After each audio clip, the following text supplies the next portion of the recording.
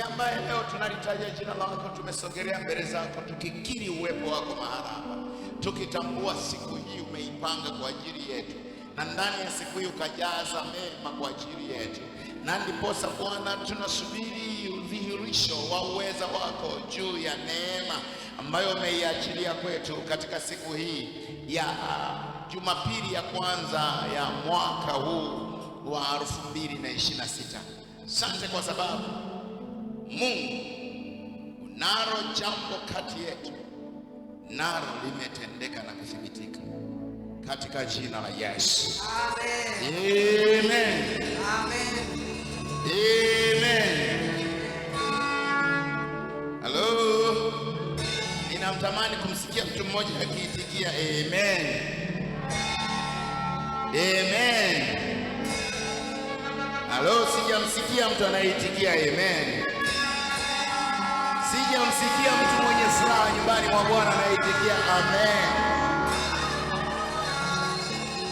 Wow. Wow. Hello. Mwenye furaha yuko wapi katikati yetu?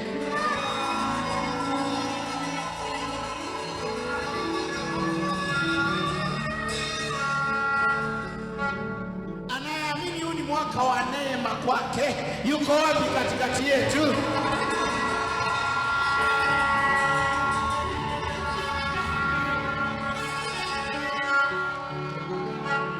Aliyejipanga kwamba mwaka huu badala ya vita neema itamshindia yuko wapi katikati yetu?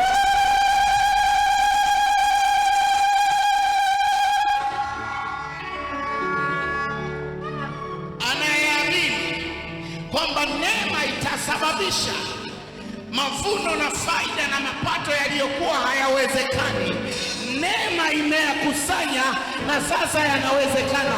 Natamani kumwona katikati yetu.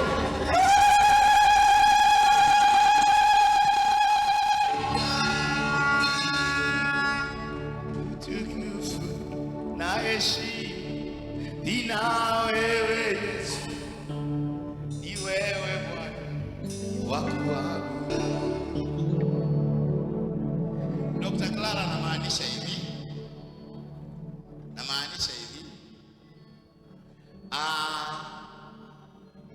Kuna namna mtu alikuwa anatembea kimaisha.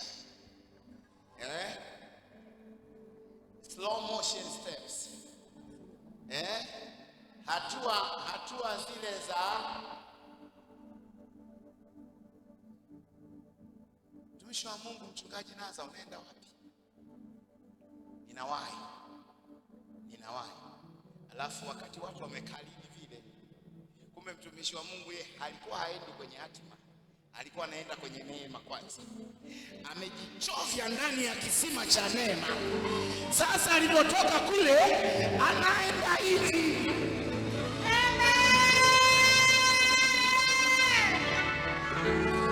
Mwambie jirani yako, kama ulikuwa unafikiri nilikuwa naenda kwenye hatima, nilikuwa naenda kwenye kisima cha neema.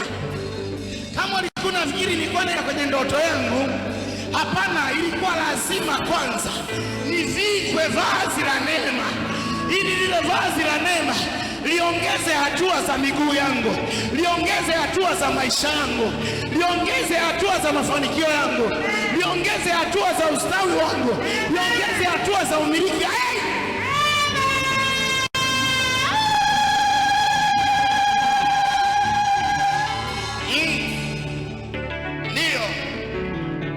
Ndio. Kwa hiyo najua kuna mahala kabisa, nikwambie Sofia, kuna mahala ulikuwa unakumbana na kikwazo, unapima uwezo wako wa kunyanyua mguu, unahisi hapa siwezi hapa, unapima. Neema Biblia inasema wamngojeao Bwana watapaa juu kwa mbawa kama tai. Hatutapambana kunyanyua miguu, tutapaa juu ya kila kikwazo, ya kila kizuizi, na kila kizingiti, na kila jiwe lililo mbele yetu. Tunapaa juu kwa mbawa kama tai.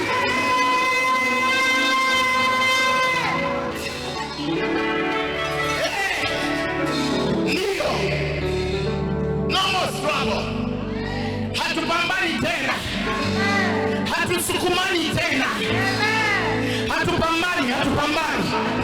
Watu wapambane na wewe kwenye biashara yako, alafu wewe haupambani. Wewe unajua ulichobeba, wewe unajua ulichovaa, wewe unajua namna unavyoenda. Wao kwa kuwa hawajui wanakimbilia kwa waganga wa kienyeji. Wewe unahitaji mganga wa kienyeji.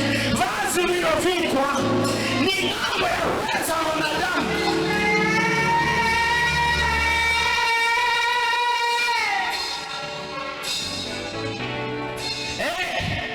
Ulichonacho is beyond human reach. Ni mambo ya anaweza kufika mwanadamu. Na maanisha hivi, kuna vita wamepigana tangu enzi na enzi. Babu walipigana, bibi alipigana, walipigana wote waliotutangulia, na vita ile ikawashinda. Walipigana ikawashinda, walipambana ikawashinda, walipambana ikashinda kabisa. Na maanisha hivi, naongelea kile elegant. Na maanisha hivi ni kwamba Biblia inasema alizaliwa Farao asiyemjua Yusufu. Yule Farao asiyemjua Yusufu akasema, watu hawa wana nguvu kuliko sisi, nao wanazaliana sana. Sasa tuwatendee kwa akili. Biblia inasema alipojaribu kuwaoa ikashindikana, wakaanza kuwatesa, wakawafanya kuwa watumwa. Katikati ya kundi lile la watumwa, katikati ya kundi lile la watumwa, akazaliwa Musa. Katikati ya kundi lile lenye hatari ya kufa, lile katikati ya watoto wa kiume wanaotakiwa wauawe, akazaliwa Musa. Katikati ya lile Farao muuaji, akazaliwa Musa.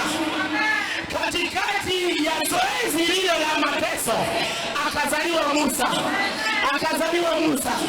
Na mimi leo katika Bwana, katika uwezo wa Bwana, nikiwa nimejaa Roho Mtakatifu, nikiwa nimejaa uwezo wa Mungu, nikitembea katika mamlaka ya Roho Mtakatifu. Musa wa kizazi hiki ni wewe. Musa wa ukoo wenu ni wewe. Musa wa familia yenu ni wewe. Musa wa ndugu zako ni wewe.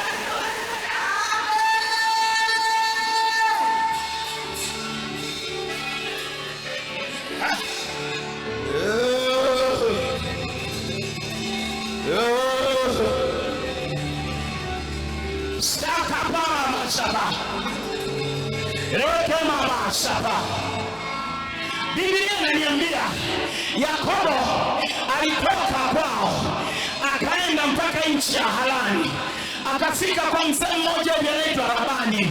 Ni ndugu yake, ni kaka wa mama yake, ni kaka wa mama yake Rebeka. Akafika kwa mjomba.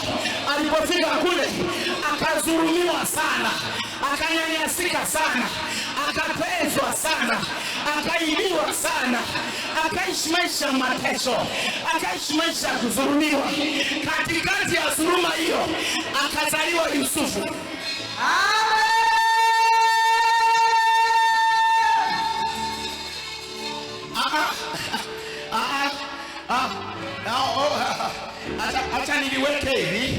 Acha niliweke hivi, niliweke hivi unielewe sana.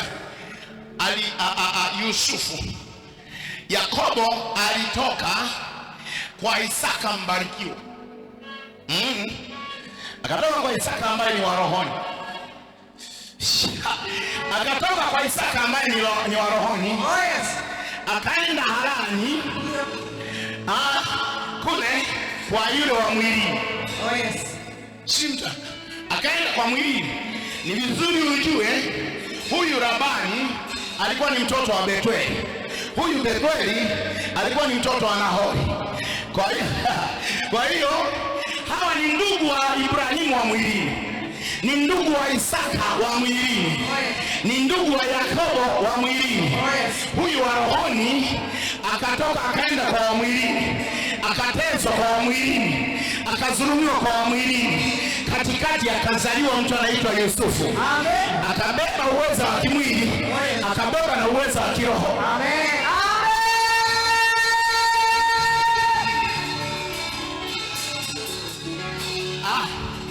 Bado yanielewa. Kwa nini alibeba uwezo wa kiroho na wa kimwili? Kulikuwa hakuna namna yoyote huyu mtu Yakobo atoke Harani. Atoke kwanza huku Israeli kwenye nchi aliyopewa baba yake, aende Harani kwenye nchi aliyotoka babu yake. Kulikuwa hakuna namna yoyote aje Misri kwenye nchi ambayo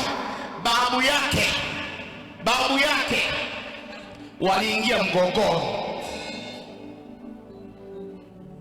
Kumbuka kwa Ibrahimu walizaliwa watu wawili. Wa kwanza kabla ya wengine alizaliwa mtu anaitwa Ishmaeli wa mwili, mtoto aliyetafutwa kwa namna ya kimwili na Sara. Sema nijipatie uzao wa mwili. Anamtafuta kivipi? Kwamba Abrahamu, kwa nini nakutuma kwa Hajiri? Wewe ulipomwacha Mungu ulienda Misri.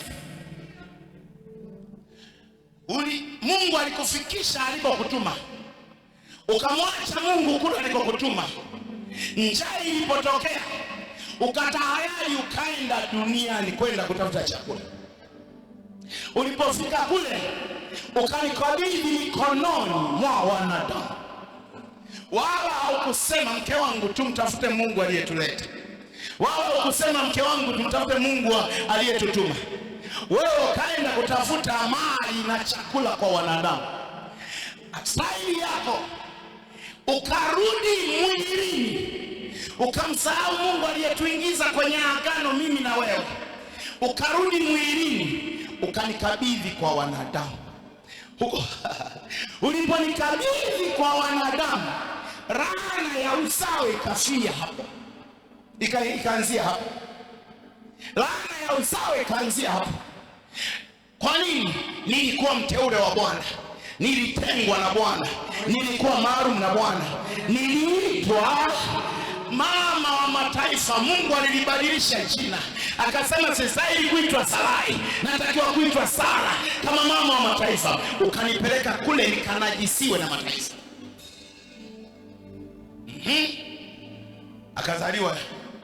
Akazaliwa kutoka kwa, akasema komboa uzao wangu kule niliuacha Misri. Wewe ndio uliyenipeleka, ingia kwa Misri ukomboe uzao. Na ndio maana Biblia ilisema nijipatie uzao. Sio Ibrahimu ingia kwa Hajiri ili ujipatie uzao. Ingia kwa Hajiri, mimi Sara nijipatie uzao. Kwa sababu ni vizuri ujue sana kwamba agano la uzao Mungu hajawahi kuweka na Abrahamu, ilikuwa la Sara kwanza.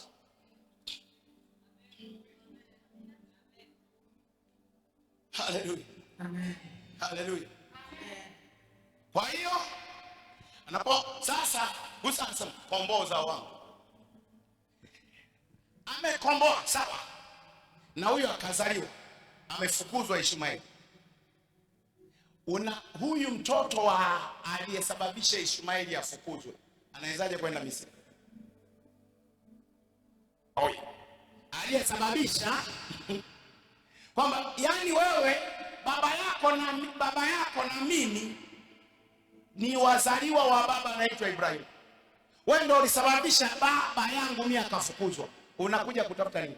Hakuna namna yoyote Yakobo angeenda Misri. Hakuna namna yoyote Yakobo angeenda Misri. Kwa hiyo akazaliwa huyu Yusufu huku katika mateso, katika dhulma za watu wa mwili. Kwa hiyo Yusufu alienda kule kama wa kiroho. Ndio maana Biblia inasema kibali cha Mungu kilikuwa pamoja na Yusufu. Amen. Maana yake divine grace ilikuwa pamoja na yeye. Amen. Alipofika kule, ni vizuri ujue Yusufu alinunuliwa na Waishmaeli. Ndio, alinunuliwa na binamu zake. Wajukuu wa Ishmaeli wakamnunua mjukuu wa Isaka. Yaani huyu wa rohoni ananunuliwa na wa mwili. Ndio. Wa rohoni ananunuliwa na wa mwili. Biashara mbaya kuliko biashara zingine zote. Wa rohoni kanunuliwa na wa mwili. Kavalishwa minyororo, amefungwa na wa mwili.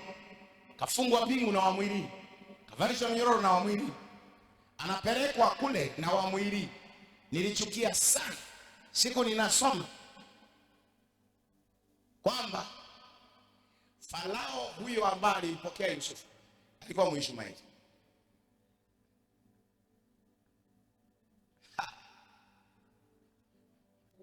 Kwa hiyo anaenda kutumika chini ya utawala wa Ishmaeli.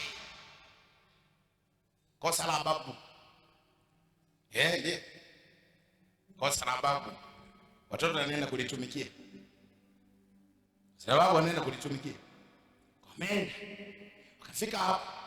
Lakini hili jamaa ni la rohoni, lakini amezaliwa kutoka kwa wa mataifa wa halali.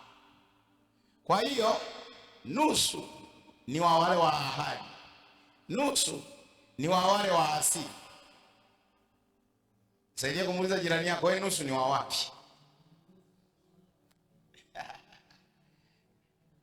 Ndio. Ukumbuke Mungu amemwambia toka wewe katika nchi yako, toka wewe katika nchi ya jamaa zako. Yaani wanawake, disconnect yourself na jamaa zako. Ndio maana toka katika nchi ya jamaa zako, katika nyumba ya baba yako. Maana yake ujitenge na nyumba ya baba yako, ujitenge na nchi ya jamaa zako. Abrahamu ametoka huko kajitenga, si ndio Anamrudisha Isaka mwanae arudi kule alikotengwa. Ametengwa na nyumba ya baba yake, ametengwa na nchi ya jamaa zake. Anarudisha, anamwambia mjakazi wake, usimuoze mwanangu Isaka miongoni mwa wana wa Kanaani. Urudi kwenye ile nchi ukamtwalie. Mke wa Isaka yupo kule nilikotolewa na Mungu. Mke wa Isaka yuko kule nilikotengwa na Mungu. Haya, kwa anarudi kule. Kwa hili jamaa lina asili ya mwilini ya mababu zake, hili jamaa lakini lina asili ya baraka za Yakobo. Mtu mmoja ajipige kifuani aseme, ndio mimi sasa. Asili yangu haitanizuia. Sijamsikia nielewa. Mtu mmoja aseme, ndio mimi sasa. Asili yangu haitanizuia kutembea katika neema ya kiungu. Ndio. Amen.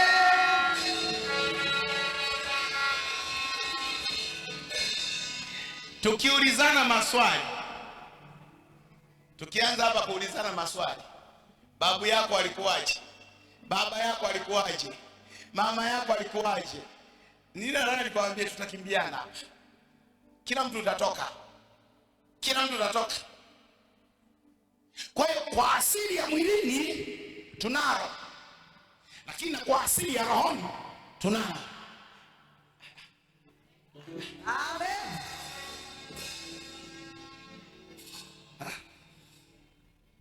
Mwambie jirani yako, neema imekusafirisha. Amefika mbali. Neema imempeleka mbali. Kwa asili ya mwilini tukiambizana hapa, wazazi wetu walifanya nini? Babu zetu walikuwa kina nani? Bibi zetu walikuwa kina nani? Baba zetu walikuwa kina nani? Kwa asili ya mwilini tunaweza kusema hatufai kabisa. Lakini libarikiwe jina la Bwana Mungu wetu. Alikuja kwa walio wake wakamkataa, bali wale waliompokea aliwapa uwezo, akawahamisha wasiitwe watoto wa kila mangwaji, na wakiitwa wameitwa kwa asili ya mwilini, lakini kwa asili ya rohoni wanaitwa wana wa Mungu. Amen.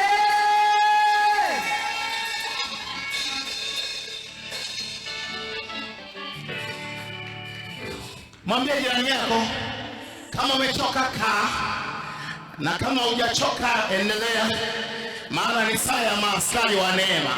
Amen.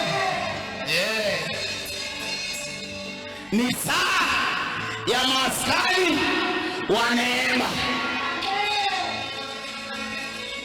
Ndio. Ni waliochoka kubakia hapo walipo. Ni waliochoka kukaa katika shida zile kila mwaka. Ni waliochoka kukaa katika hatua ile kila mwaka. Ni waliochoka kuonewa kila mwaka. Ni maaskari wa neema ambao leo wana hatua nyingine. Wanajua tumeuingia mwaka hatutasimama, hatutasimamishwa, hatutacheleweshwa, hatutakwamishwa. Amen.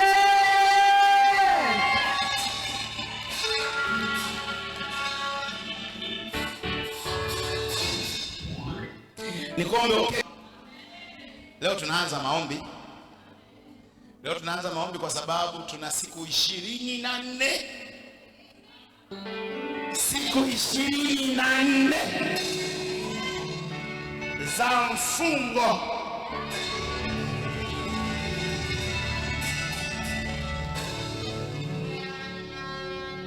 Siku 24 taslimu bila change. Siku 24.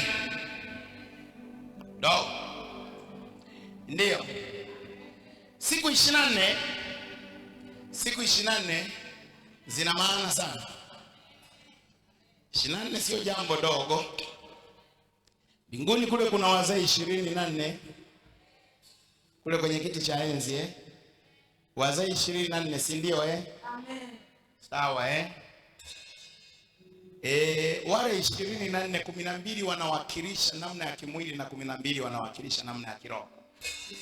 Kwa hiyo 24 ni utimilifu wa ulimwengu wa roho na wa mwili. Ni namba 12 ni namba ya utimilifu wa ufalme na mamlaka, na namba 12 ni namba ya utimilifu wa ufalme na mamlaka. Ina maana kuna 12 za ufalme wa kimwili, ndio maana ya sisi Halo? Amen. Asifiwe Yesu. Asifiwe Yesu. Amen. Waraka wa kwanza wa Petro sura ya 2 mstari wa 9.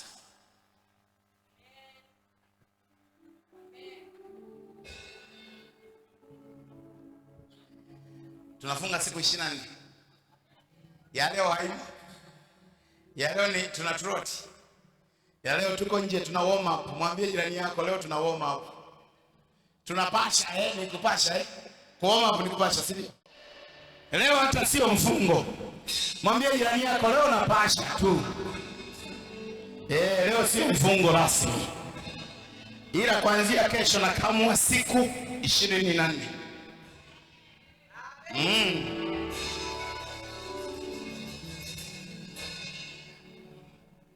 Aha. Hai. Petro anasemaje? Anasema sisi ni nini?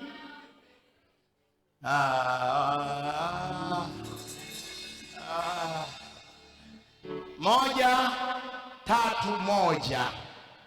Bali ninyi ni mzao teule.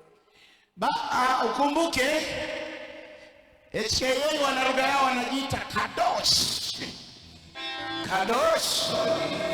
Mtu mmoja aseme wateule wa Bwana. Wateule wa Bwana. Watakatifu. Waliowekwa wakfu kwa ajili ya kuieneza nuru ulimwenguni kote. Halo? Amen. Basi wote tuseme kadosh. Ni wateule wa Bwana, watakatifu, waliowekwa wakfu kwa ajili ya kuieneza nuru ulimwenguni. Nuru hiyo inaitwaje? Halo? Nuru hiyo inaitwaje?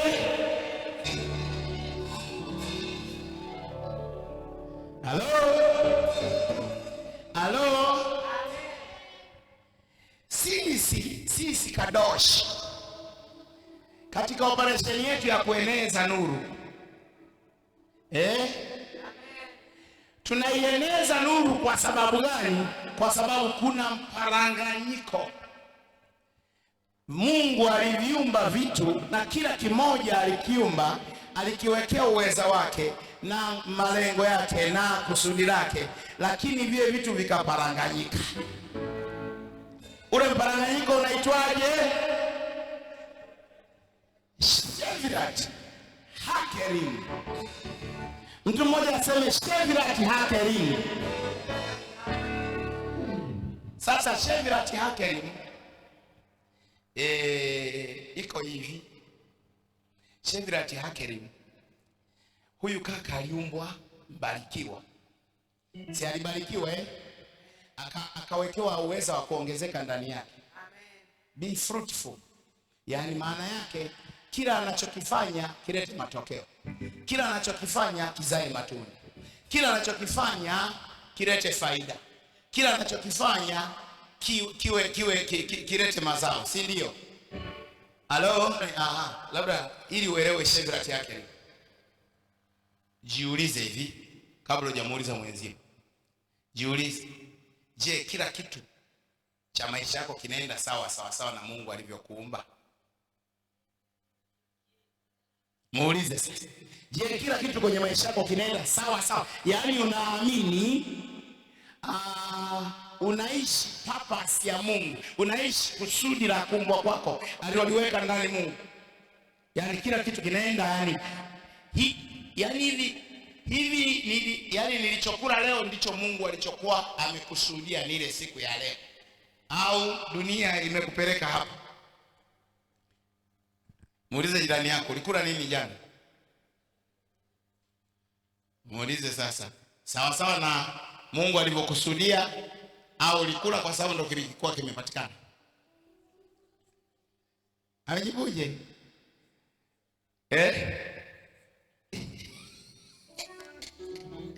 Daktari anasema, Elisha kamwambia, tunakula ili tusife. Ndio kabisa. Halo? Wana wa mfalme. Muulize jirani yako, hiyo nyumba unayoishi ndio ile ya ndoto yako, ndio ile ambayo Mungu alikupangia?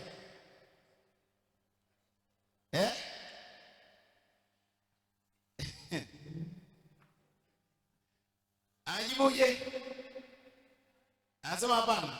Anasema ni kupanga. Okay. Halo watu wa Mungu. Mwambie jirani yako, could you please be interactive? Mwambie unaweza kuwa wasiliana. Mwambie wasiliana. Mwambie wasiliana. Mwambie tumekuja kanisani, hatujaja gerezani. Mwambie sisi sio wafungwa, sisi sio watumwa, sisi ni wana wa mfalme. Haleluya. Haleluya. Sasa ona hivi. Sasa nikimuuliza mtu hapa, unasubiri gari la ndoto yako, saizi angalau unaishi hatua ngapi za ndoto yako? Mwalimu katikisa kichwa. Umefika umbali gani wa ndoto yako kabla hujafika sasa kuishi wewe katika ndoto yako? Haufaa. Ambaye angalau amefika robo ya safari yake kuelekea kwenye utimilifu wa kuishi kila kitu cha ndoto yake.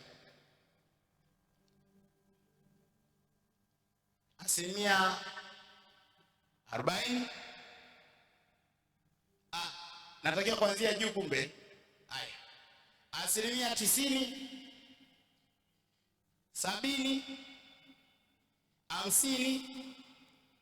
Kwani Lisa umefika ngapi ndugu yangu? Hata 50 hujanyosha.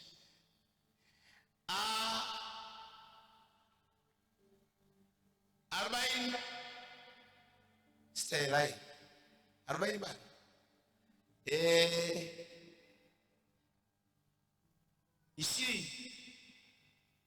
15. Sasa kwa hiyo ndo kile tunachokiita Shevirati Hakerim, kwamba dunia imeparanganyika, imewalazimisha watu Shevirati Hakerim, imewalazimisha watu kuishi sivyo walivyopaswa. Imewalazimisha watu, yani Mungu amemleta mtawala Lakini Biblia inasema nimeona ajabu duniani, wafalme wanatembea kwa miguu, alafu watumwa wamepanda farasi. Ndio sasa ukisikiaga kitu kinaitwa Shevrat Hakerim, aliyetakiwa kuwa kwenye yaani ndio hilo, washirikina wanaishi maisha bora, watakatifu wanapambana. Naona halo, wanaochinja mbuzi kwa kafara wanafanikiwa, watumiao damu ya Yesu wanapambana. Shevrat Hakerim, Shevrat Hakerim. Mwambie nani yako Shevrat Hakerim, Shevrat Hakerim, Shevrat, Shevirati, Shevirati Hakerimu, Shevirati Hakerimu, Shevrat Hakerim. Maana yake vitu vilivyoparanganyika, shattering vessels, vitu vilivyoparanganyika. Sawa Halo, sisi ni kadosh, tukiwa ni wateule wa Mungu, watakatifu, tuliowekwa wakfu kwa ajili ya kueneza nuru, kwa sababu giza limeparanganya, limeparanganyisha, limetawanya, limevuruga. Yaani vitu vimekuwa mvurugano, vimevurugika kwa sababu kilichotakiwa kiwe mashariki kiko kaskazini, na kilichotakiwa kuwa kaskazini kiko mashariki au magharibi.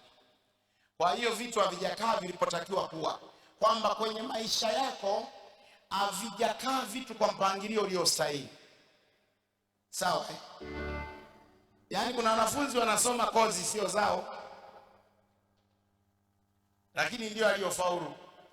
Na alifaulu kwa sababu mtihani ulikuja kwenye kipande hicho, akaelewa, akafaulu. Lakini kichwani mwake, nimewahi kukutana mimi na wanafunzi wa sheria, kati ya wanafunzi 17 niliwauliza 7 wote hawataki kuwa, hawatarajii ndoto ya maisha yao kutimizwa na fani wanayosoma. Kila mmoja anaamini atafanya kingine. Mwingine anasema anaamini atakuwa mwanasiasa, mwingine mfanya biashara, mwingine anaamini atakuwa. Kwa hiyo wanasoma ili kuelimika, hawasomi kama ili elimu iwe daraja la kuwafikisha kwenye ndoto zao. Shevrat Hakerim. Halo? Kwa hiyo sisi kama waeneza nuru, nuru inauwezesha ulimwengu kuvifanya vitu vyote vionekane. Na vitu vikionekana, kila kimoja kirejee kwenye sababu ya kuumbwa kwake, kwenye shauri lake, kwenye kusudi lake, kwenye lengo lake. Kwa wale kadosh wana mission inaitwa Tikkun. Tikkun. Tikkun. Sasa Tikkun Olam ni kufanyaje? Kukirejesha kila kimoja kwenye nafasi yake, kwenye kusudi lake, kwenye mpango wake, kwenye sababu ya kuumbwa kwake. Halo?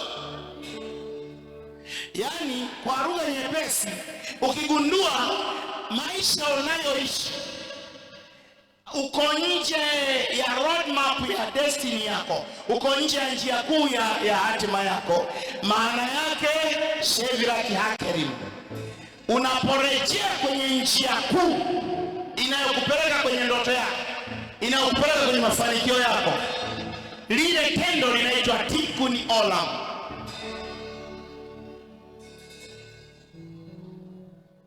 Tikkun Olam. Amen. Kuvirekebisha vitu. Mtu mmoja aseme mwaka wa neema ni mwaka wangu, kila kilicho changu kireje mahala pake. Si kama mtu ananielewa sasa? Halo. Kwa kuna kundi tu la watu wale wakadosh ambao divine grace itawawezesha kufanya tikuliola kwenye kila eneo la maisha, kwenye kila mahala ambapo hapajakasa wapatakasawa, kila bonde litasawazika, kila mlima utashushwa, kila kona itanyoshwa, pasipovukika tikuliola divine grace itafanyika daraja.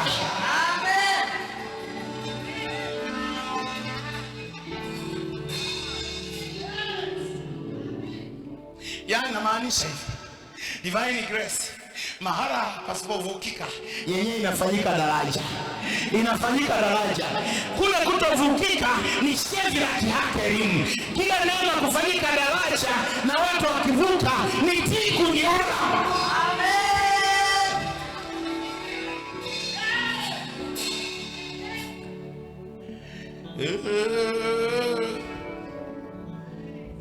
Kwa lugha nyepesi, sikuvuka kwa sababu ninavuka. Kwa sababu ningevuka ningekuwa ng'ambo ile. Sikuvuka kwa sababu nilikuwa naisubiri neema hii. Ili nikivuka, huwa kuna wakati, kuna mengine ulipambana nayo kwenye maisha, kuna mengine ulihangaika nayo kwenye maisha. Ilikuwa Mungu alikuwa anatengeneza experience. Kwa sasa hivi tunajenga kwenye msingi wa experience. Mtu mmoja aseme, ninajenga kwenye msingi wa experience. Ile uzoefu kwamba ninajenga kwenye msingi wa uzoefu. Ndiyo, maisha yangu ninajenga kwenye msingi wa uzoefu. Najua kupoteza, najua kufadhaika, najua kuumizwa, najua kukwazwa, najua kulia, najua kusononeka, najua kukata tamaa, najua kuvunjika moyo, najua kuvunjwa moyo, najua kudharauliwa, najua kuachwa, najua kuvunjwa, najua kutukanwa, najua kusingiziwa, najua yote. Na kwa kuwa najua, nikijenga kitu hii, ninajenga juu ya msingi wa uzoefu. Amen.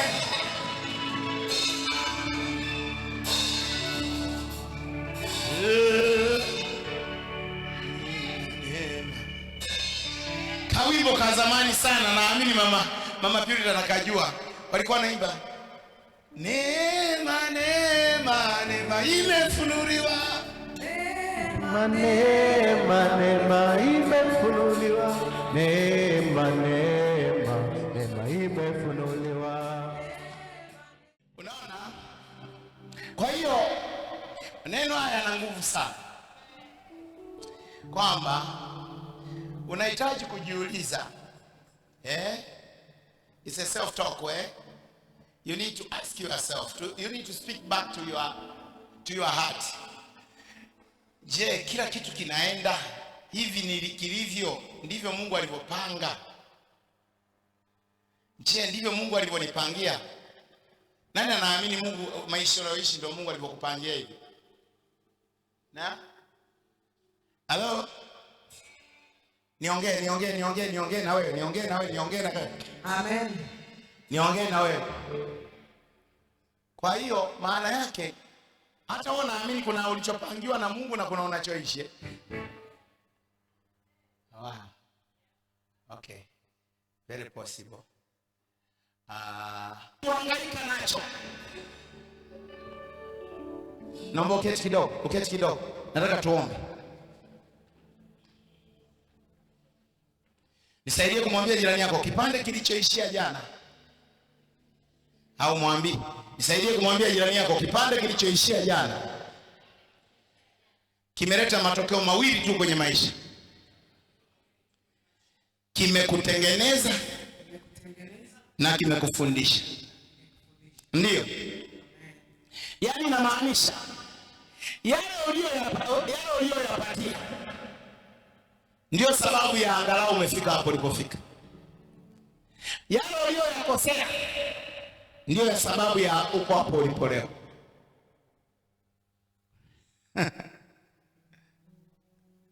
Halo? Mwambie jirani yako, makosa yako kwenye maisha yako ndio sababu ya hapo ulipo leo kwenye maisha, na yale uliyoyapatia kwenye maisha ndio yaliyokusaidia ukawa hapo ulipo leo kwenye maisha. Ndio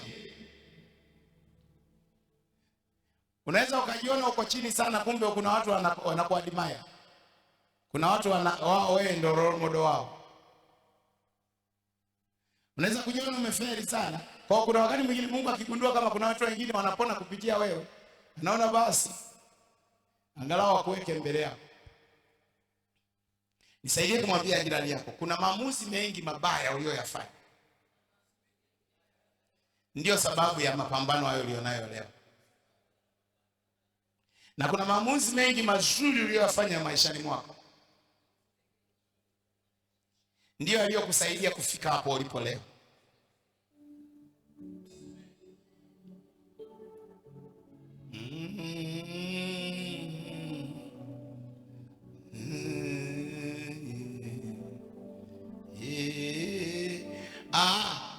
Leo tunafanya maombi ya utakaso.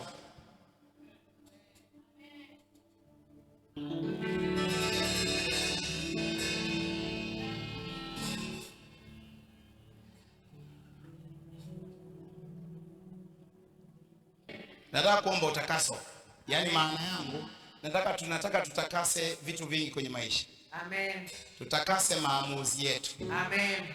Tutakase mfumo wetu wa kuwaza juu ya maisha yetu. Amen. Tutakase maneno yetu tunayoumba juu ya maisha yetu. Amen. Tutakase chaguzi nyingi zinazotuzunguka kwenye maisha yetu. Amen.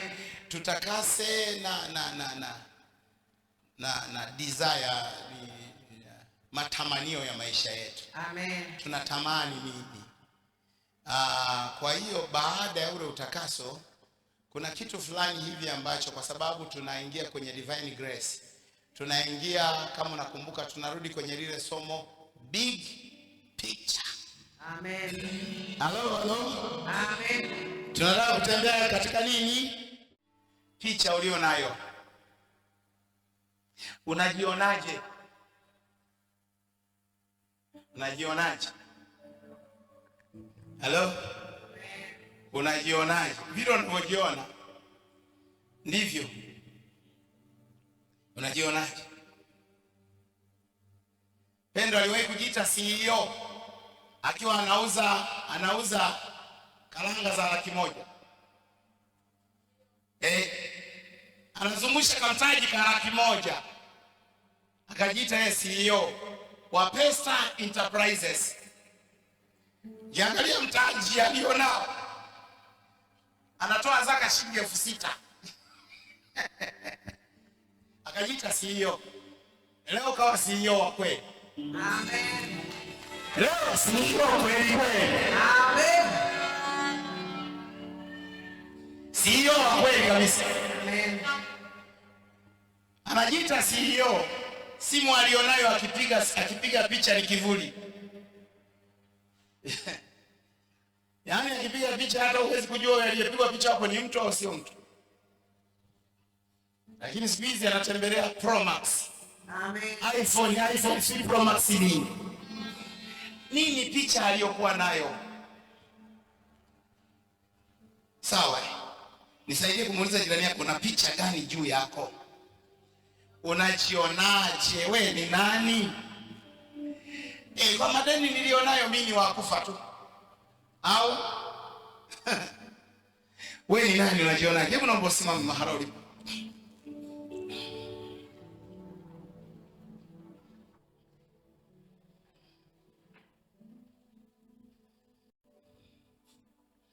Una picha gani?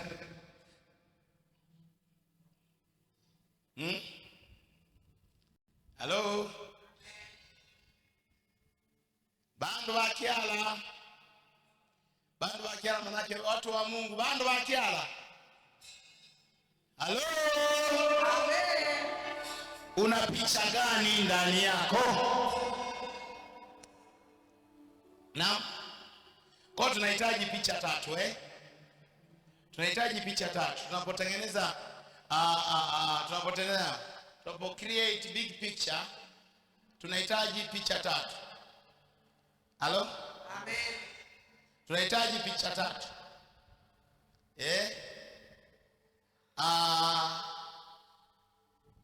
Current picture, hali yako ya sasa. Wewe ambayo tunasema discover your value within your current picture. Uipate thamani yako ukiwa unajiona hivyo hivyo. Yaani kwamba hivi, wewe Dr. Clara, wewe utamiliki wewe hospitali, wewe kabisa. Wewe umiliki wewe hospitali, wewe Dr. Clara. Acha kutudanganya bwana. Acha nini? Sentensi ni ukweli. Ukiniangalia leo mimi unaweza usione, lakini ndani yangu ninayo picha ya hospitali inayokuja. Hivi nilivyo hapa nilipo na hela hii nilionayo. Kwa tunasema ione thamani yako kuanzia hapo ulipo. Amen. Amen. Ione thamani yako kuanzia hapo ulipo leo kwanza. Amen. Sawa brother? Unasoma ndugu yangu? Unafanya nini? Naam? Hivyo ione thamani yako kuanzia hapo ulipo. Kwani waliofanikiwa wana nini? Hata wewe usifanikiwe una nini? Si wanavuta pumzi hii ya oksijeni, si ndio? Wanakunywa maji haya, si ndio? Si tunashirikiana tu wote. Kwani kuna kitu cha kwao peke yao? Mvua ikinyesha inanyesha kwa matajiri. Yesu wetu asifiwe. Amen. Tunapoongelea neema ya Mungu tunamaanisha ni kufumba na kufumbua. Amen. Tunapoongelea neema ya Mungu tunaongelea kilichojificha ndani ya kesho. Amen. Kuna yani Mama Sam, kesho yako imeficha vitu vingi sana ambavyo leo havionekani kabisa. Yaani leo mtu anaona, wewe usinibabaishe bwana, mimi nina milioni 70. Unayo unabishana na mimi bwana, mimi nina mahela mengi sana. Kumbe kesho wewe una milioni 700, lakini wa milioni 70 alibishana na wewe, alikunyanyasa, alikunenea mabaya. Na ndio maana mimi nataka nikwambie hivi, kwenye makwazo na majeraha ulionayo na vita na huzuni ulionayo, ipate thamani yako.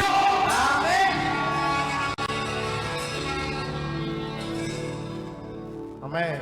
Mtu mmoja aseme katika vita yangu, Katika vita yangu, katika mapito yangu, katika mapito yangu, katika majaribu yangu, katika majaribu yangu, sitafuti njia ya kushinda, njia ya kushinda, na itafuta thamani yangu kwanza.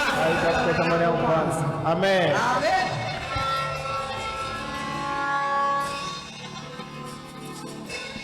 Hivi mnafahamu, ukijua thamani yako, yani kuna maneno hata hawezi kukusumbua. Yani kuna maneno hawezi hata kukusumbua.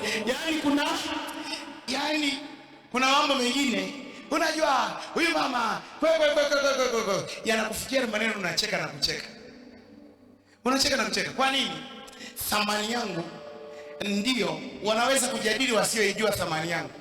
Lakini wanaoijua thamani yangu hawezi kunijadili vile. Mimi ninaijua thamani yangu. Unajua mimi nataka nikwambie hivi, maono ya juu sana, maono scientific, maono yenye matokeo ni maono yanayotafsiri thamani ya mtu aliyoitambua. Amen. Ndio. Yani kabisa. Yani uwezi, yani you can't have a vision kinyume na thamani yako. Uwezi. Yani unaona nini? Unaona nini Injinia? Ninaona kilicho kinyume ni nini? Kinyume kabisa na yeye. Ninaona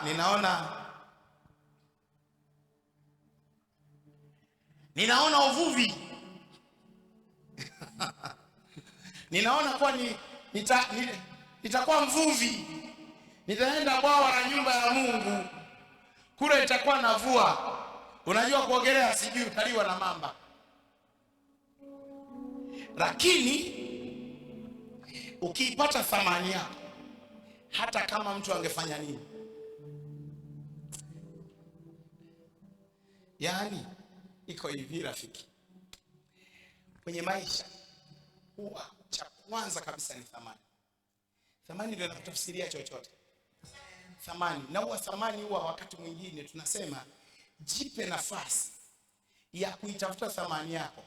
Ukiipata, hata kama mwanadamu angesema nini juu yako, kwanza wewe angalia hayo yanagusa thamani yangu, hayagusi thamani yangu, yanaendana na thamani yangu, hayaendani na thamani yangu, unaachana naye.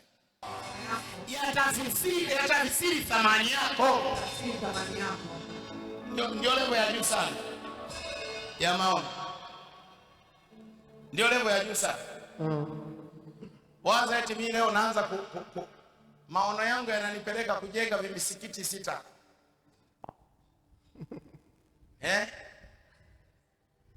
Najenga vimisikiti 6 na nitalengesha kibla. Haiwezi.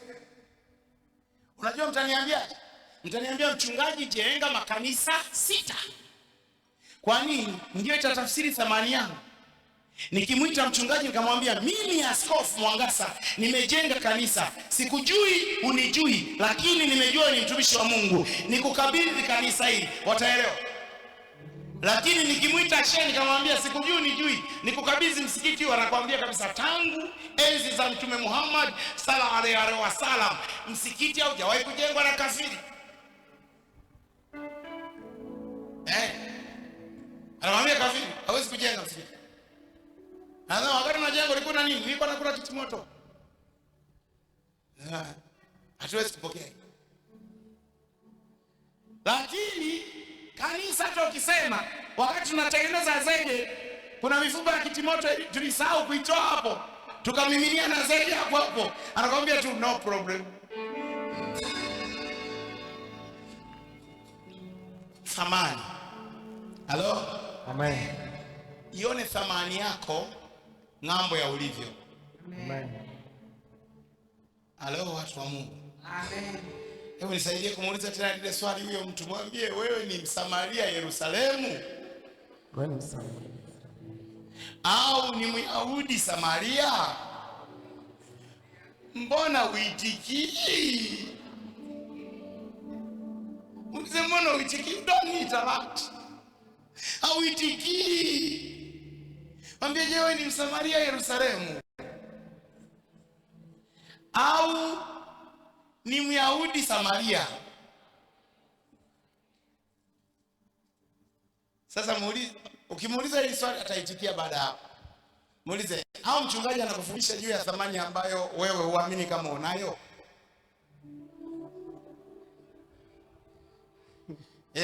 Muulize tena, mwambie au mchungaji anakufundisha thamani ambayo wewe huamini kama unayo?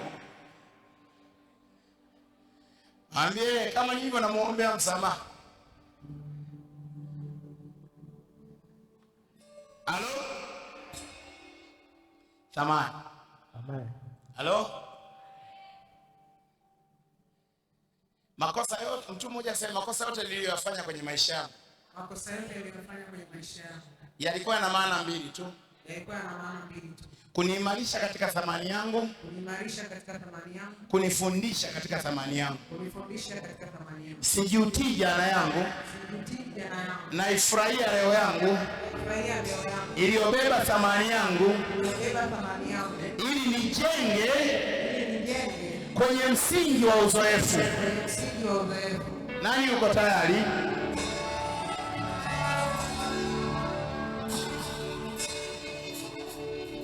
Halo? Amen. Halo? Kwa maisha yamejengwa kwenye vipande vikuu vitatu.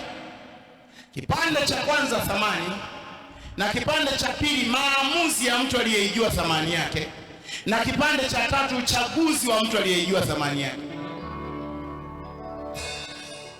Hayo ndio maisha bora. Maisha duni yamejengwa kwenye vipande vikuu vitatu. Mtu asiyeijua thamani yake, maamuzi ya mtu asiyeijua thamani yake, na chaguzi za mtu asiyeijua thamani yake. Halo? Amen. Narudia tena. Maisha bora yamejengwa kwenye vipande vikuu vitatu. Maisha bora. Maamuzi ya mtu anayejua thamani yake. Cha kwanza, mtu anayejua thamani yake. Maamuzi ya mtu anayejua thamani yake na uchaguzi wa mtu anayejua thamani yake. Amen. Vitu hivyo vitatu vinatengeneza kitu kinachoitwa maisha bora. Amen. Halo? Amen. Nikiwa naongea kitu cha maana, Master ndo akaondoka na kamera yake. Alafu atakuja baadaye atanipiga picha nikiwa naongea. Unajua Apostle Elisha, yaani wewe wakifanya hivi. Haleluya. Amen. Halo? Amen. Halo? Amen. Narudia tena. Kinachoitwa maisha bora kinajengwa na vitu vitatu. Amen. Cha pili, maamuzi ya mtu anayejua thamani yake. Amen. Cha tatu, uchaguzi wa mtu anayejua thamani yake. Amen. Kwa hiyo mtu anayejua thamani yake, maamuzi ya mtu anayejua thamani yake na uchaguzi wa mtu anayejua thamani yake hutengeneza na kuzaa maisha bora. Amen. Maisha duni hutengenezwa na vitu vitatu. Ndio. Mtu asiyejua thamani yake, Ndio. maamuzi ya mtu asiyejua thamani yake na uchaguzi wa mtu asiyejua thamani yake hutengeneza na kuzaa maisha duni na maisha mabaya. Ndio. Kwa hiyo chochote unachoamua kitafsiri thamani ulionayo. Amen. Na chochote unachochagua kitafsiri thamani ulionayo. Amen. Amen.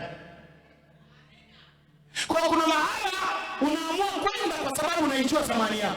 Amen. Na kuna mahala unaamua kutoenda kwa sababu unaijua thamani yako. Amen. Kuna kitu unakichagua kwenye maisha yako kwa sababu unaijua thamani yako. Na kuna kitu haukichagui kwa sababu unaijua thamani yako. Mtu akikwambia kwa nini ukuchagua hili, unasema kwa sababu unaijua thamani yangu. Mtu akikwambia kwa nini ukuamua hili, unasema kwa sababu unaijua thamani yangu. Haleluya, haleluya. Amen. Haleluya, haleluya. Amen. Haleluya, haleluya. Amen. Tunaanzia kwenye thamani. Unaanzia kwenye thamani. Kuna maneno unayaongea kwa sababu unaijua thamani yako.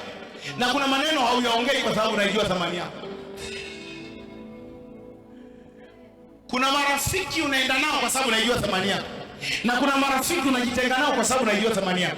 Hata kama wao wangesema tunakuhitaji sana kwenye kampani yetu, tunakuhitaji sana, wewe ni rafiki wa maana sana, unaweza kuwa wewe wa maana kwao, lakini wao sio wa maana kwako. Ukiijua thamani yako, unachagua wale wanaoenda pamoja na wewe, wale wanaona pamoja na wewe, wale wenye mwelekeo pamoja na wewe, wale wenye ndoto iliyo karibu na ya kwako, wale wenye njia iliyo karibu na ya kwako. Kwa hiyo safari yako ya hatima yako, sio kila mtu unaenda naye, sio kila mtu anaenda kule uendako. Kuna watu wengine wanaishia tu hapo.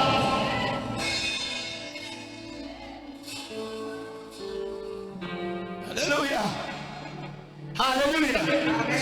Kwa kwenye mwaka huu wa neema ya kiungu, kwenye udhihirisho wa neema ya kiungu, neema inaweza kukutenganisha na wengine. Amen. Neema inaweza kukutenganisha na wengine. Amen. Neema inaweza kukubagua na wengine. Amen. Kuna wengine wana lugha isiyo ya kwako. Nenda wanaonena yale unenayo, wenye lugha inayoingiliana na ya kwako. Kuna wengine wanaongea lugha ya kukuvunja moyo, kukukatisha tamaa. Kuna wengine hawanayo tafsiri ya ndoto yako, lakini wewe unaijua ndoto yako, unaijua thamani yako, unaijua kesho yako, unaijua hatima yako, unajua na njia uliyopo. Sio kila mmoja anakubaliana nayo. Wewe ndiye mtafsiri halisi wa ndoto yako. Usitake kila mmoja akubaliane na ndoto yako. Amen.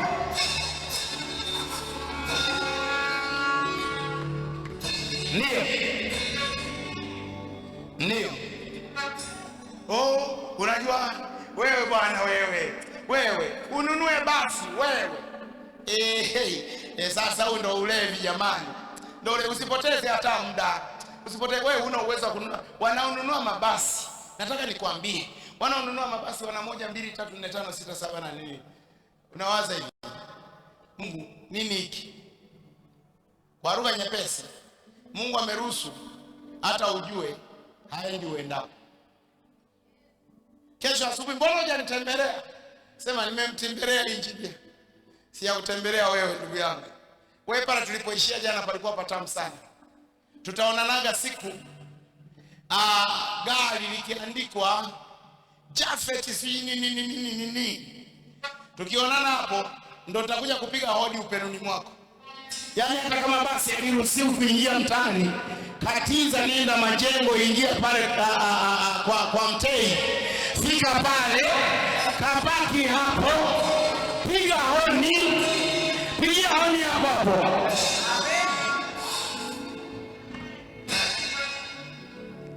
Ndio kabisa.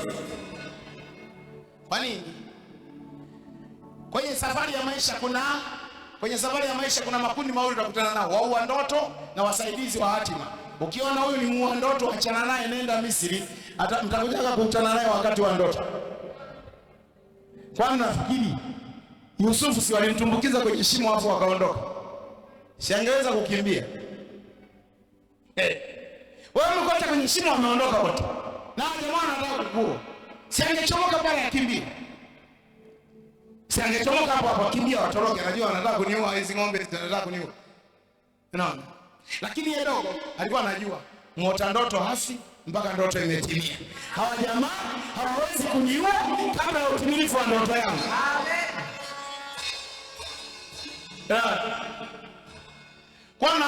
Kwa nafikiri wakati wanamuuza Yusufu akwepo, kwa nafikiri walimkamata.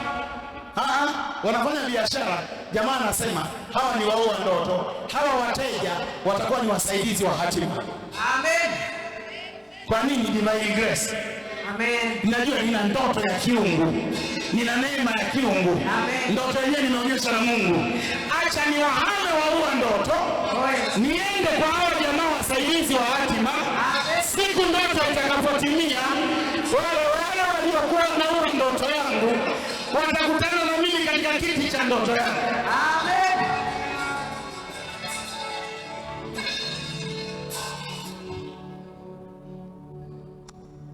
Kwa tunataka kuomba sasa. Amen. Nataka kuomba utakaso. Amen. Amen. Tunataka kila mmoja utaenda mbele za Mungu kwa toba. Sawa? Amen. Wa Samaria Yerusalemu, au Wayahudi Samaria. Nasema tunakwenda mbele za Mungu kwa toba. Ndio. Swala la toba ni swala linalohitaji kulishangilia. Amen.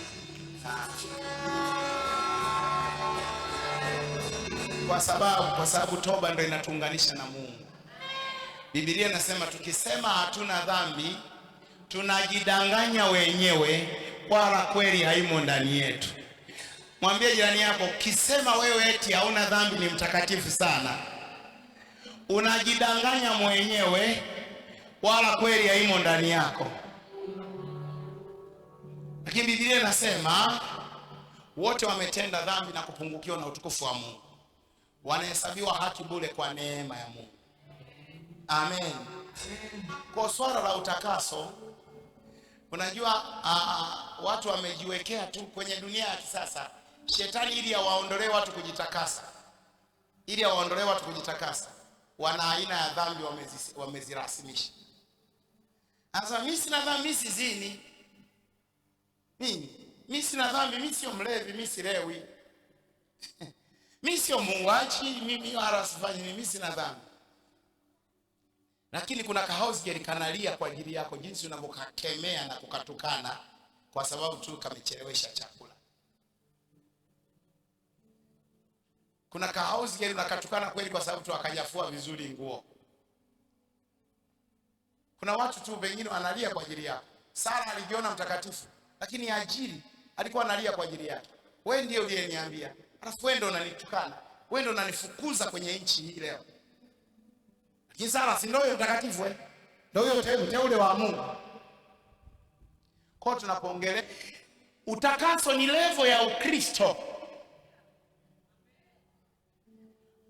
Unajitakasa na kunyenyekea mbele za Mungu, si kwa sababu umetenda dhambi, lakini kwa sababu unahitaji kibali cha Mungu, unahitaji kumfikia Mungu. Ukumbuke kwenye Divine Grace tunajifunza zile hatua 7 za kutembea, hatua 7 za kiroho ambazo tunakuwa tunafika pale alipo Mungu. Amen. Amen. Sasa hatua kubwa na kuliko zote ya kwanza tunaita hatua ya toba na utakaso. Amen.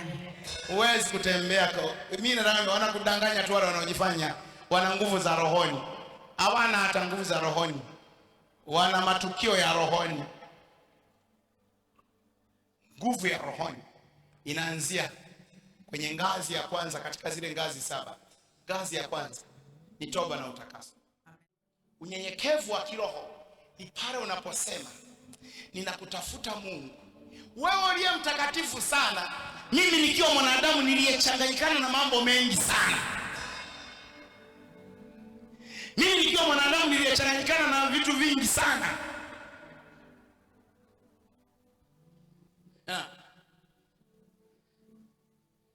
Yaani unaendesha gari, kana kuja kabajaji, kana kwenda hapo kana kukwaruza hapo unasema pumba. Uishatukana matusi na yasitoke vinywani mwenu. Hapo unaambiwa ni mtakatifu sana.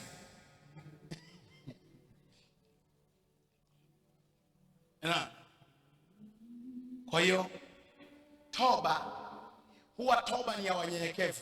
Amen. Toba sio ya kila mtu. Toba ni ya wanyenyekevu. Toba tunasema Mungu, ikiwa kuna mtu yoyote ana majeraha na mimi ndio niliyasababisha yale majeraha bila kujua, analia, pengine mimi ndio sababu ya kilio chake, anahuzunika, pengine mimi ndio sababu ya huzuni, sio yule aliyemkataa, yule acha aendelee kuhuzunika. Yule aendelee kuhuzunika, na maanisha anahuzunika huzuni uliyoisababisha kweli. Unaona ndio tunamwambia Mungu ni rehemu, na kiendea kiti chako cha rehema. Ninaomba Mungu ni rehemu. Ninaomba Mungu nioshe kwa damu yako ya thamani. Ninaomba Mungu nitakase, nitoe hapo, niwe sababu ya wengine kuinuka na kufurahi, niwe daraja la wengine kuona wema wako na fadhili zako, niwe ngazi ya wengine kuinuka.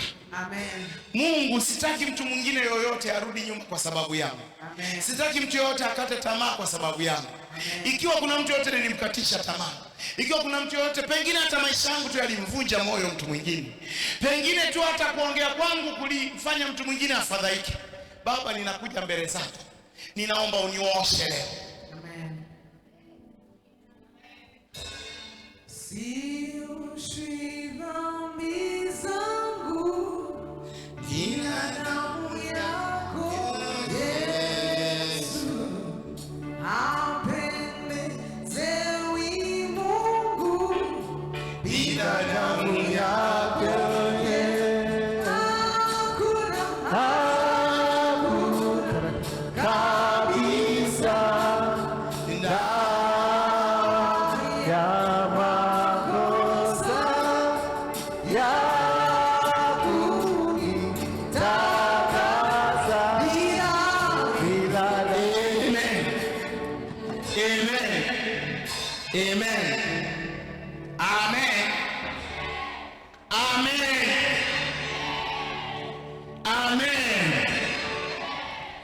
Mtu mmoja aseme damu ya Yesu.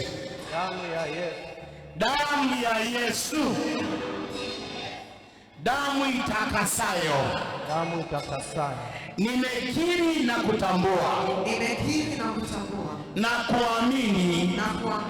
Kuamini ni hekalu la Mungu. Kuamini ni hekalu la Mungu. Na Roho wa Mungu anakaa ndani yangu. Na Roho wa Mungu anakaa ndani yangu. Nimekiri na kuamini. Nimekiri na kuamini.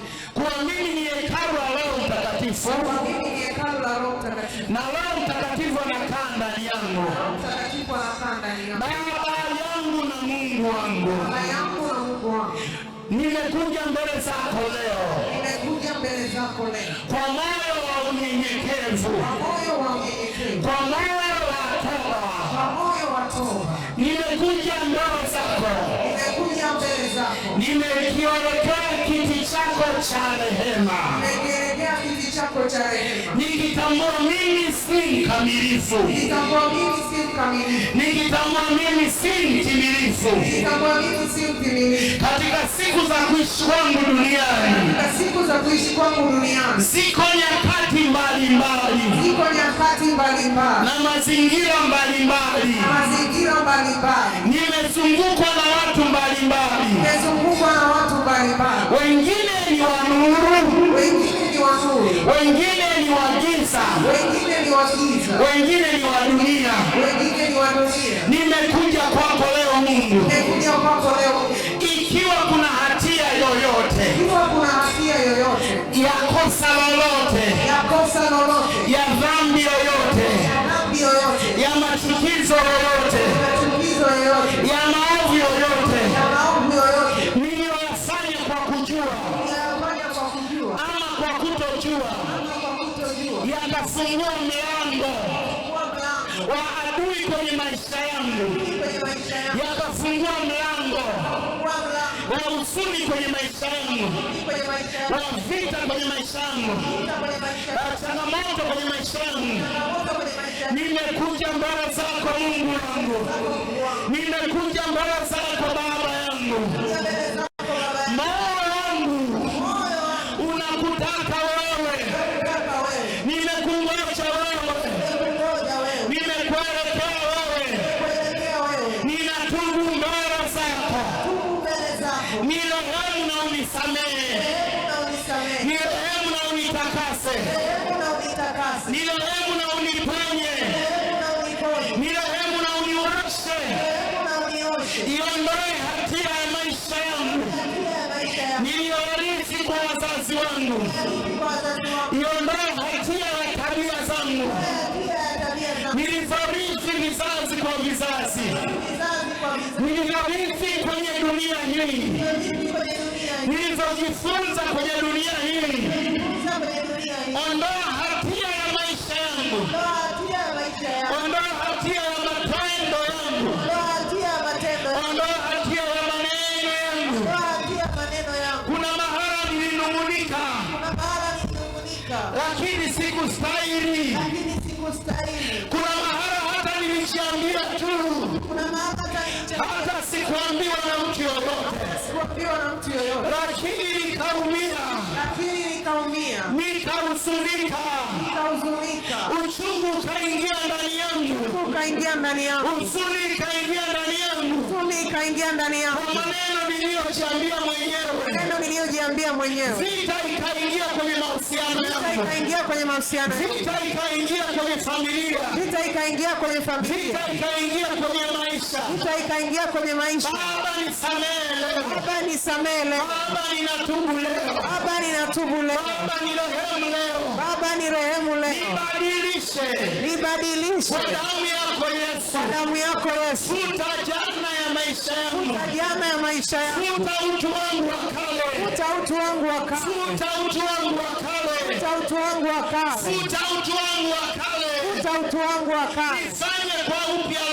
nifanye kwa upya leo, nitengeneze kwa upya leo, niinue kwa upya leo, nitume kwa upya leo, niuishe Bwana leo, niinue kibali changu upya leo, nianze hatua mpya leo,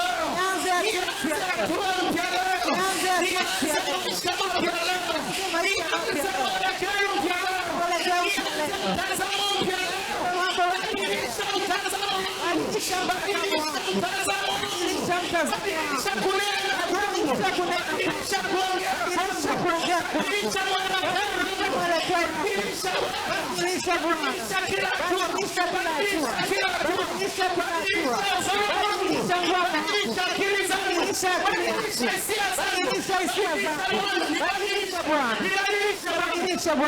Nibadilishe Bwana. Nibadilishe Bwana. Nibadilishe kwenye kila eneo. Nibadilishe kwenye eneo la kusema kwangu, kwenye eneo la kutenda kwangu. Nibadilishe Bwana. Nibadilishe namna ya kuwaza kwangu, namna ya kujiwazia, namna ya kuamua kwangu. Nibadilishe Bwana. Simama ulipo. Mwambie Mungu akubadilishe. Mwambie Mungu nabadilika mtazamo wangu.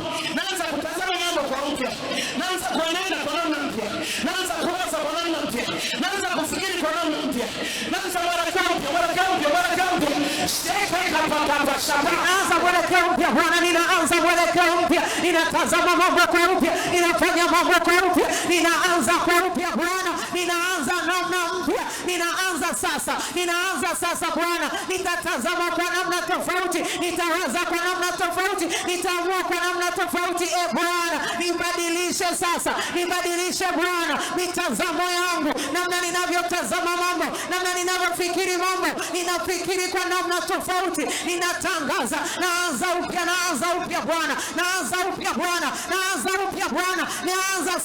Naanza sasa namna mpya ya kujiwazia kwa upya, ya kuamua kwa upya, ya kuchagua kwa upya. Nitachagua kwa usahihi, nitatembea kwa usahihi katika uwezo wako, katika nguvu zako. Ninaanza kutazama mambo kwa namna tofauti. Nitawaza tofauti, nitatafsiri mambo tofauti, nitawatazama watu kwa namna tofauti, nitaangalia mambo kwa namna tofauti.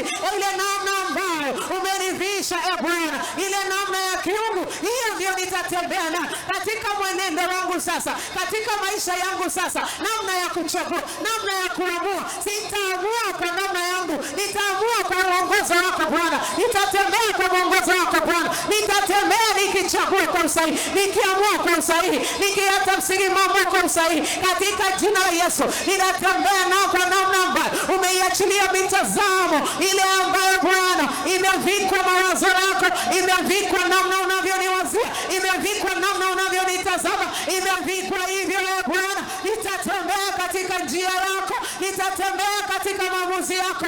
Akili yangu Bwana ikiwa na nguvu na uwezo wako, ikiwa imevishwa uwezo wako. Nina moyo wangu Bwana ukiwa umevishwa uwezo wako, nikiamua na kuchagua kwa usahihi kwenye kila eneo la maisha yangu, kwenye kila namna ya maisha yangu. Ninatamka mbele zako Bwana, naanza sasa Bwana. Sitaenda kwa akili zangu mwenyewe, naenda kwa uwezo wako.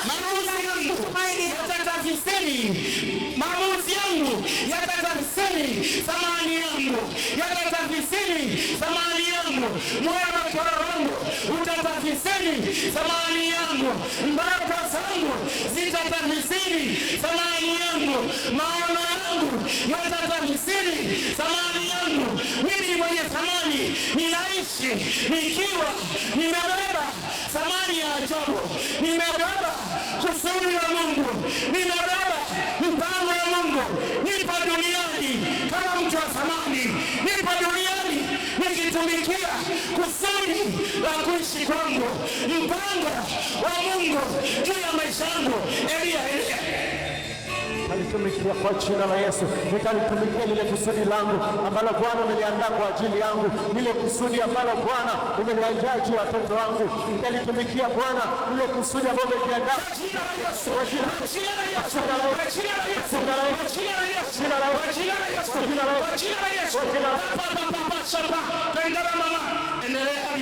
Kwenye vyombo hivyo anavyopiga, wewe endelea kuomba. Katika jina la Yesu ninatangaza, nitatembea sawa sana Bwana alivyoniandikia. Nitatembea sawa sana uwezo alioniandikia. Nitatembea ndani ya thamani yangu. Ninakiri Bwana, tunakiri mbele zako watoto wa kike na wa kiume tuliosimama nyumbani mwako leo. Tunakiri ya kwamba tutatembea ndani ya thamani zetu. Tutaamua sawa sana thamani zetu. Tutachagua sawa sana thamani zetu. tutabeba mtazamo sawa sawa na thamani zetu. Ndipo hapo ndipo hapo tutaamua, ndipo hapo tutafanya kila tulifanyalo, tutafanya sawa sawa na ile thamani zetu, ile thamani iliyobeba kusudi lako ndani ya maisha yetu. Tutatembea katika hilo Bwana, tutatembea ndani yake Bwana. Tunatembea kuanzia sasa, tunatembea kuanzia wakati huu, tunatembea kuanzia wakati huu katika jina la Yesu. Wakati huu Bwana, hatutembei kama zamani, hatutembei kama jana, hatutembei kama muda uliopita. Tunatembea ndani ya thamani zetu zilizobebwa na kusudi lako lililo ndani ya maisha yetu. Tunaamua sawa sawa na thamani zetu, tunafanya uchaguzi sawa sawa na thamani zetu, tunafanya mambo sawa sawa na thamani zetu. Kuanzia sasa Bwana, watoto wa kiume, watoto wa kike, katika jina la Yesu, ninatembea katika njia ya baraka zangu, ninatembea katika njia ya kibali changu, ninatembea katika njia ya neema yangu, ninatembea katika njia ya usalama wangu, kwa jina la Yesu, kwa jina la Yesu, kwa jina la Yesu, kwa jina la Yesu, katika jina la Yesu wa Nazareti, ninatembea katika njia ya kibali changu, kwa jina la Yesu, kwa jina la Yesu, nitatembea katika njia ambayo Bwana amekusudia, nitatembea katika njia ambayo Bwana amekusudia kwa maisha yangu, kwa jina la Yesu, kwa jina la Yesu, nitatembea katika lile kusudi ambalo Bwana amelikusudia juu ya maisha yangu, juu ya kampuni yangu, juu ya huduma yangu, juu ya watoto wangu, kwa jina la Yesu, kwa jina la Yesu, nitatembea sawa sawa na vile Bwana amekusudia juu ya maisha yangu. Ni mwezi wa neema, ni mwaka wa neema Bwana, nitatembea katika neema yako Bwana, nitatembea katika neema yako Bwana, kwa jina la Yesu. Maamuzi yangu yametakasika, maamuzi yangu yametakasika, maamuzi yangu yametakasika, maamuzi yangu yametakasika. Hebu tusome, mtu mmoja aseme, sisi ni uzao mteule, ukuhani wa kifalme. Ukuhani unawakilisha mambo ya rohoni, ufalme unawakilisha mambo ya mwilini. Kwa lugha nyepesi, tuna mamlaka ya rohoni na mwilini, tuna nguvu za rohoni na mwilini. Kwa tukiongea, tunaongea kama watu wa rohoni tulio mwilini. Miliki ya Mungu mpate kuzitangaza. Anasema kwani wa kifalme, taifa takatifu, watu wa miliki ya Mungu, tupate kuzitangaza fadhili zake, aliyewaita mtoke gizani mkaingie katika nuru yake ya ajabu. Hilo ndio inayotafsiri kadosh ya HKA.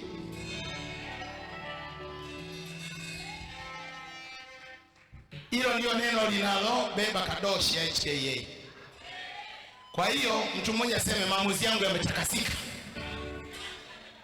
uchaguzi wangu umetakasika, mwelekeo wangu umetakasika, ndoto ya maisha yangu imetakasika, njia ya maisha yangu imetakasika, njia ya umiliki wangu imetakasika, njia ya mafanikio yangu imetakasika, njia ya mafanikio yangu imetakasika, njia ya baraka zangu imetakasika.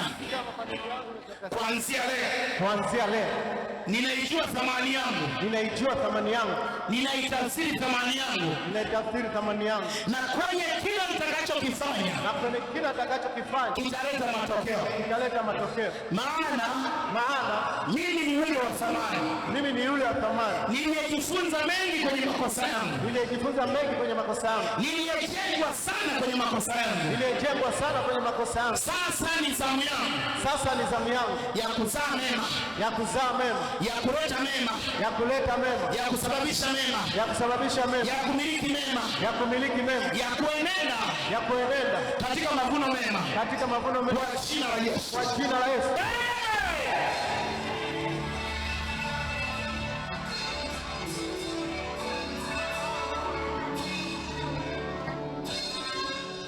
Amen. Ninaomba ushike sadaka yako na umwambie Mungu, hii ni sadaka yangu ya nuru inaofungua mwaka huu wa 2026.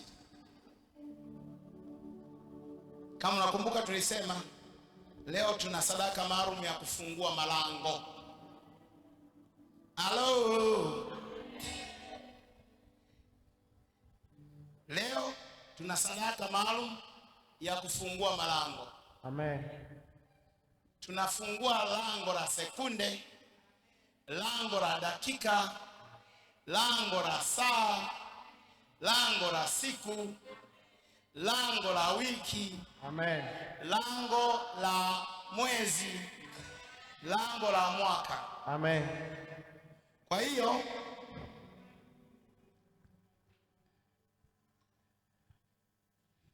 leo sadaka hii, mwambie Mungu, hii ni sadaka yangu ya kiroho.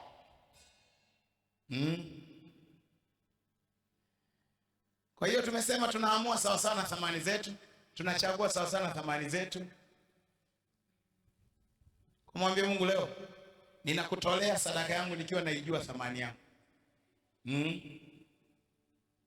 Naijua thamani yangu. Ninajijua mimi ni nani? Ninajijua mimi ni wa thamani kiasi gani? Ninapoufungua mwaka huu, ninaufungua mwaka huu nikiwa ninaamini nimefungua milango ya fedha, nimefungua milango ya mali, nimefungua milango ya umiliki, nimefungua milango ya ustawi wangu, nimefungua milango ya ndoto ya maisha yangu, nimefungua milango ya hatima yangu, nimefungua milango ya baraka zangu, nimefungua milango ya mafanikio yangu.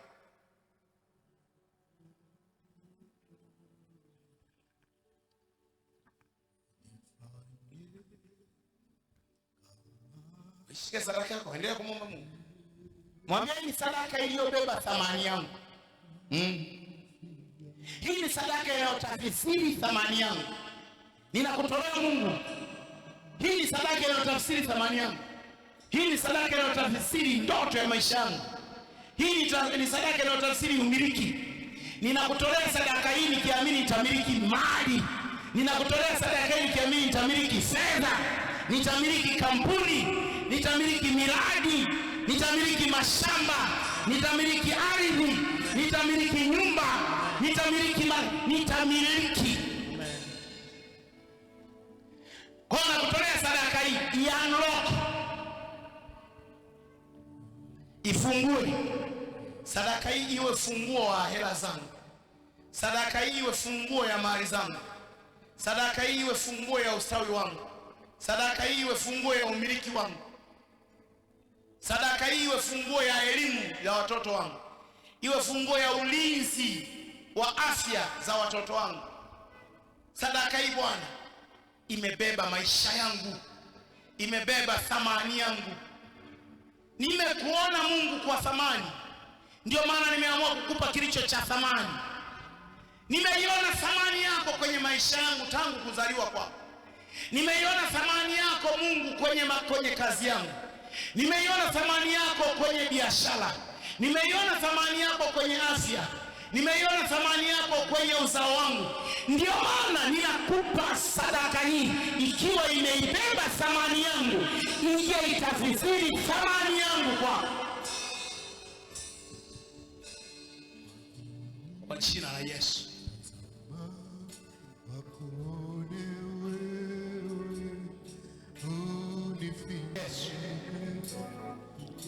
Jumapili ya kwanza watu hawa wamekuja malangoni mwako. Wamekuja malangoni mwako na zaka, ili mbingu yako ifunguke kwao, ili mbingu iliyofunguka iachilie nuru kwa ajili yao, ili nuru yako iondoe makongwa kwenye maisha yao, iyeyushe nila kwenye maisha yao, iyeyushe vizuizi kwenye maisha yao, iyeyushe vikwazo kwenye maisha yao. Mungu, taa yako ya mbingu katika Jumapili hii ya kwanza ya mwezi huu wa kwanza ya mwaka huu wa namba 10 iangaze kuanzia mashariki, ikitafuta kilicho cha mtu huyu, iende magharibi, itafute kilicho cha mtu huyu, iende kaskazini itafute kilicho cha mtu huyu, iende na kusini itafute kilicho cha mtu huyu, ivikusanye na kuvileta kwake katika jina la Yesu. Amen. Ije kwako, iwe kwako, iwe kwako, iwe kwako, iwe kwako, iwe kwako, iwe kwako, iwe kwako, iwe kwako, iwe kwako, iwe kwako, iwe kwako, iwe kwako, iwe kwako, iwe kwako. Tazama niwakuone wewe, unifinyage. Amen. Naomba usimame mahala ulipo. Kuanzia kesho tutakuwa na ibada siku zote mpaka siku ya 24. Tutakuwa na ibada siku zote.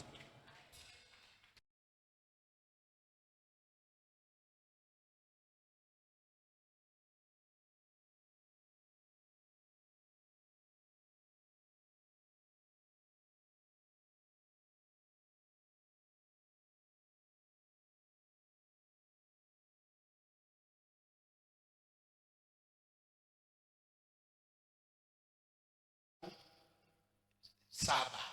Sasa ninayo nyingine ya 8 ambayo mkuu wa utawala hajaijua, kwa sababu kihalisi nyinyi msipofika saa 11 yeye ndiye amewatuma, yeye ndiye aliwatuma kwamba bwana